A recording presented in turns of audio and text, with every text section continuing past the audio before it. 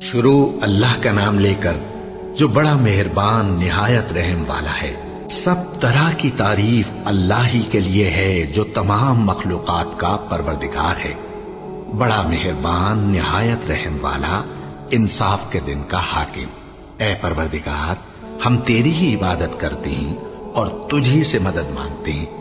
ہم کو سیدھے رستے چلا، ان لوگوں کے رستے جن پر تو اپنا فضل و کرم کرتا رہا، نہ ان کے جن پر غصے ہوتا رہا اور نہ گمراہوں کی۔ آمین۔ شروع اللہ کا نام لے کر جو بڑا مہربان نہایت رحم والا ہے۔ الف لام میم۔ یہ کتاب یعنی قرآن مجید، اس میں کچھ شک نہیں کہ اللہ کا کلام ہے، پرہیزگاروں کے لیے رہنما ہے، جو غیب پر ایمان لاتے اور آداب کے ساتھ نماز پڑھتے اور جو کچھ ہم نے ان کو عطا فرمایا ہے اس میں سے خرچ کرتے ہیں، اور جو کتاب اے پیغمبر تم پر نازل ہوئی اور جو کتابیں تم سے پہلے پیغمبروں پر نازل ہوئیں سب پر ایمان لاتے اور آخرت کا یقین رکھتے ہیں۔ یہی لوگ اپنے پروردگار کی طرف سے آئی ہوئی ہدایت پر ہیں اور یہی لوگ کامیاب ہیں۔ جو لوگ کافر ہیں انہیں تم نصیحت کرو یا نہ کرو ان کے لیے برابر ہے، وہ ایمان نہیں لانے کے۔ اللہ نے ان کے دلوں اور کانوں پر مہر لگا رکھی ہے اور ان کی آنکھوں پر پردہ پڑا ہوا ہے اور ان کے لیے بڑا عذاب تیار ہے۔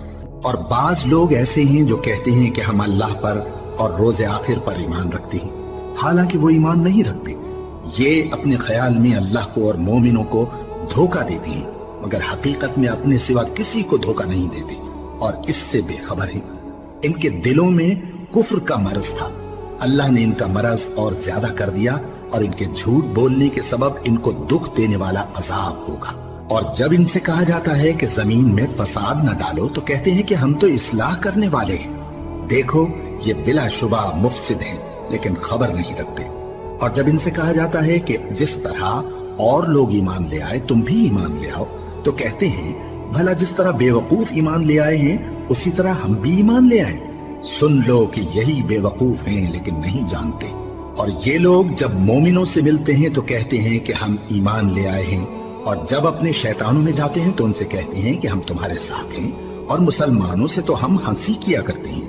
ان منافقوں سے اللہ ہنسی کرتا ہے اور انہیں مہلت دیا جاتا ہے کہ شرارت و سرکشی میں پڑے بہک رہے ہیں۔ یہ وہ لوگ ہیں جنہوں نے ہدایت چھوڑ کر گمراہی خریدی، تو نہ تو ان کی تجارت ہی نے کچھ نفع دیا اور نہ یہ ہدایت یاب ہی ہوئے۔